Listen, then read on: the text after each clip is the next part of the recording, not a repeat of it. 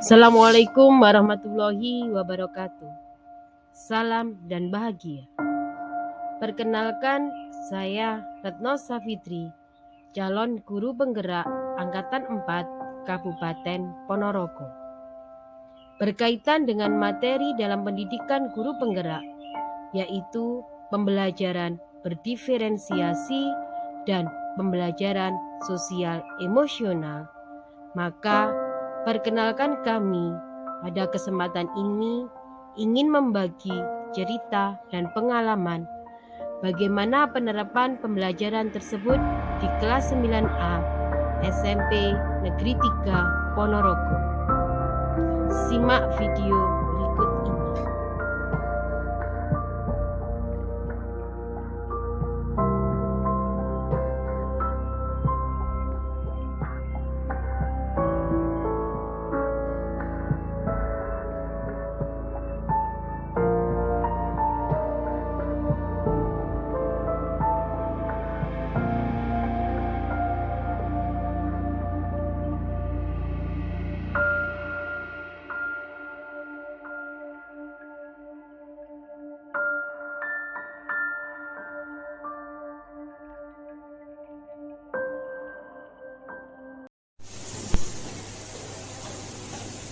Assalamualaikum warahmatullahi wabarakatuh.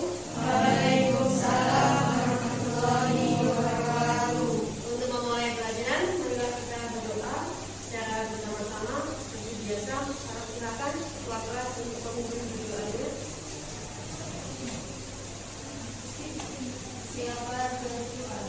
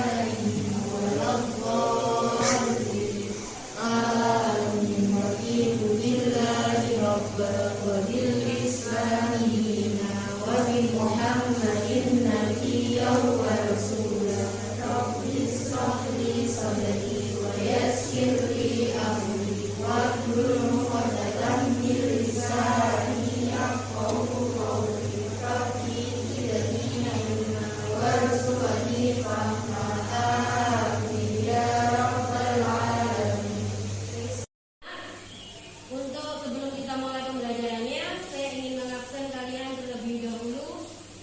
Untuk hari ini tanggal 16 sudah sama sekretaris sudah diabsen. Yang tidak hadir yang pertama adalah Devin. Kemana? Ada suratnya. Kemudian yang kedua Hendriawan. Kemana? Dua anak itu Devin sama Hendriawan, yang ada lagi? Farel. Kemana Farel? Tetap sama. 3 anak artis kelas 9. Anak-anak, hari ini bagaimana kabar kalian? Sehat. Semuanya sehat? Semua baik-baik saja?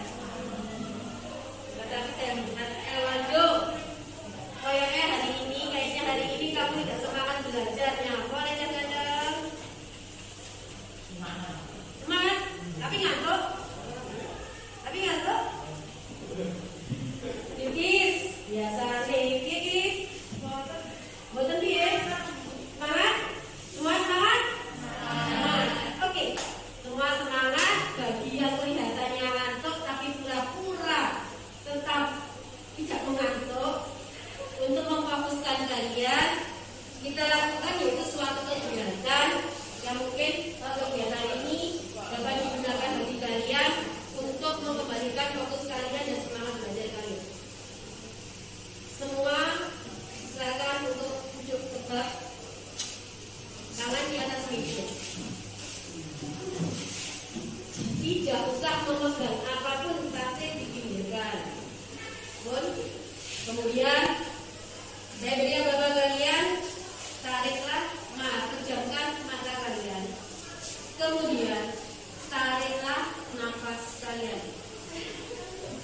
Bayangkan sesuatu yang indah yang ada di benak kalian. Silakan kalian lakukan, pejamkan mata kalian, tarik nafas kalian, bayangkan yang indah, kemudian hembuskan. Sekali lagi, tarik nafas kalian, bayangkan sesuatu yang indah yang kamu harapkan, kemudian hembuskan. Ulangi lagi, tarik nafas kalian, bayangkan, hembuskan.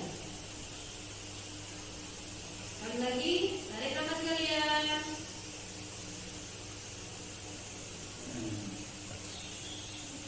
kemudian hembuskan. Bagaimana? Apa sudah kembali fokusnya?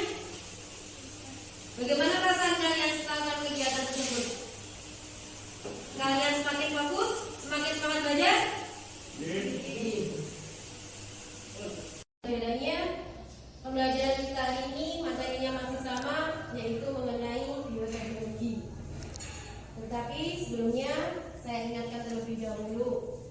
Kemarin pada pertemuan sebelumnya sudah saya terangkan apa itu bioteknologi. Silahkan buka buku nih. Mana bioteknologi? Siapa yang bisa silakan angkat? Apa dong?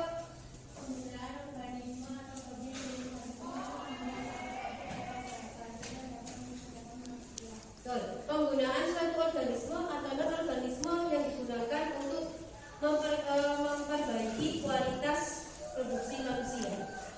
Kemudian kemarin juga saya katakan bahwa bioteknologi pada dasarnya dibagi menjadi berapa? Dua. Yang pertama konvensional, yang kedua modern. Bioteknologi konvensional, ini apa maksudnya? Siapa yang aktivitasnya? Siapa yang melakukannya? Siapa yang membantu? Organisme, mikroorganisme. Kalau modern, siapa yang membantu? Dengan teknik rekayasa genetika. Untuk hari ini kita masih sama melakukan pembelajarannya. Tujuan pembelajaran hari ini yang pertama dengan diskusi. Kalian nanti diskusi di kelompok kalian. Peserta didik atau kalian dapat mengidentifikasi penggunaan bioteknologi konvensional dalam kehidupan sehari-hari. Terus yang kedua, dengan berdiskusi dan melihat video, kalian nanti diharapkan bisa menggunakan bisa membuat produk dengan menggunakan bioteknologi konvensional, bisa berupa tempe maupun bisa berupa tape. Kira-kira sakit? Ya, untuk mempersingkat waktu, silahkan sekarang kalian mengelompok di kelompoknya masing-masing sesuai dengan pembagian kita kemarin. Silakan.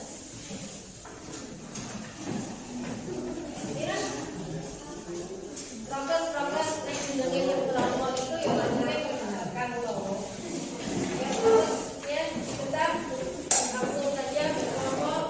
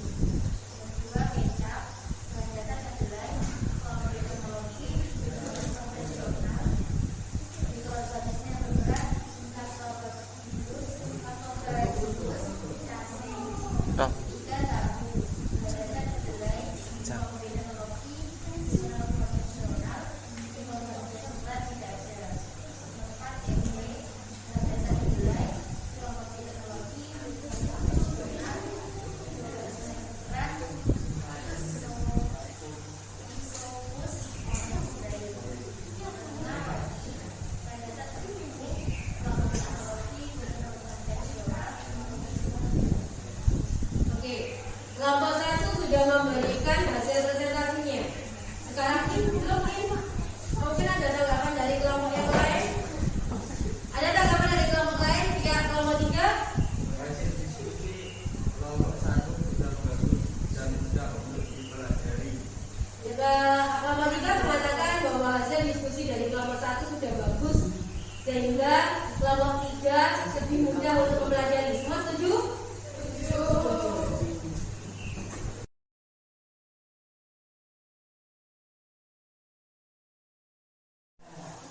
Anak-anak, tolong perhatikan semua pembelajaran hari ini telah selesai.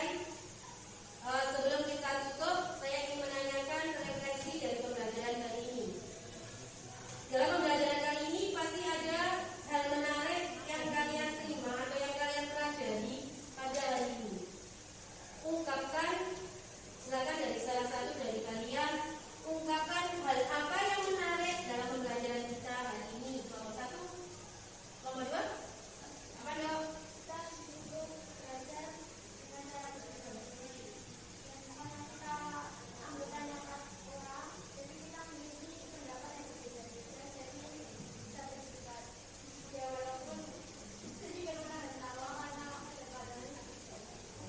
Dari kelompok 2 dikatakan bahwa hal yang menarik adalah ketika kelompok 2 itu berdiskusi.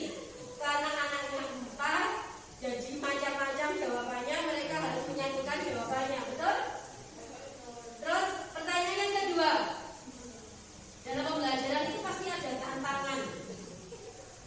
Menurut kalian, tantangan apa yang terjadi dalam pembelajaran kali ini?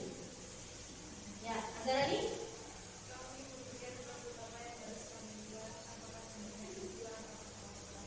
Oh ya, kelompok 1 mengatakan tantangannya adalah setelah ini kan Retno menyuruh harus membuat produk.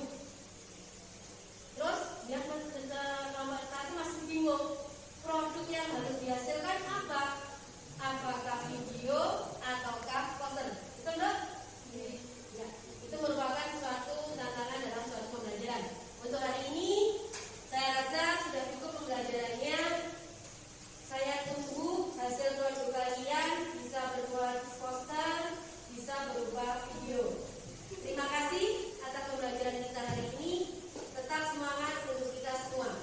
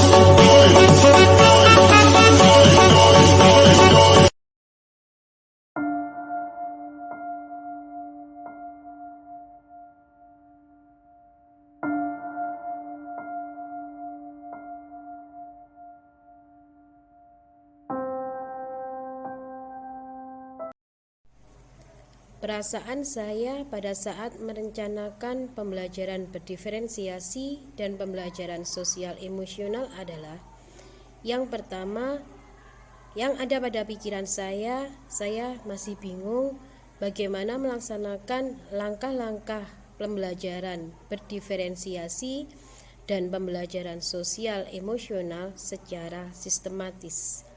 Yang kedua, perasaan saya tertantang dan penasaran bagaimana cara penerapan nantinya di kelas bersama anak-anak dan bagaimana tanggapan anak-anak dengan metode pembelajaran yang baru bagi mereka, apakah mereka nantinya menyukai.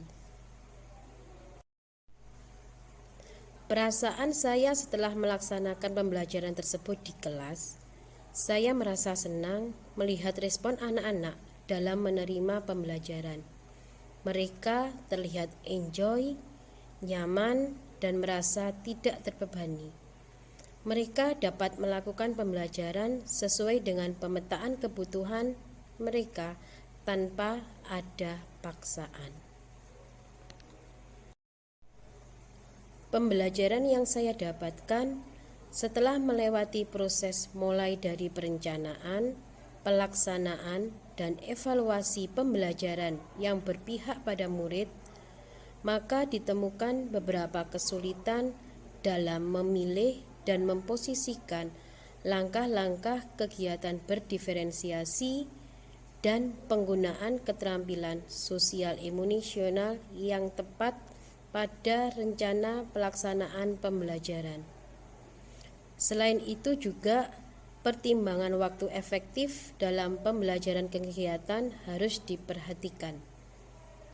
Ketika kita mengimplementasikan pembelajaran berdiferensiasi dan pembelajaran sosial emosional, maka perlu mempertimbangkan manajemen waktu dan pemilihan metode keterampilan sosial emosional yang tepat dan efektif tanpa mengabaikan komponen pembelajaran yang lain seperti penguatan dan konfirmasi kepada murid mengenai ketercapaian pemahaman pengetahuan yang ingin disampaikan. Perencanaan untuk memperbaiki pembelajaran. 1. Pentingnya pemetaan kebutuhan belajar murid yang meliputi 3 aspek, yaitu kesiapan belajar, minat belajar, dan profil belajar murid. 2. Penyusunan RPP berdiferensiasi dan sosial emosional penting untuk semua orang. Oleh karena itu, perlu berkolaborasi dengan rekan sejawat ataupun komunitas praktisi. 3. Pembelajaran sosial emosional penting dalam menumbuhkan kesadaran penuh untuk sadar terhadap apa yang dilakukan dan dikerjakan.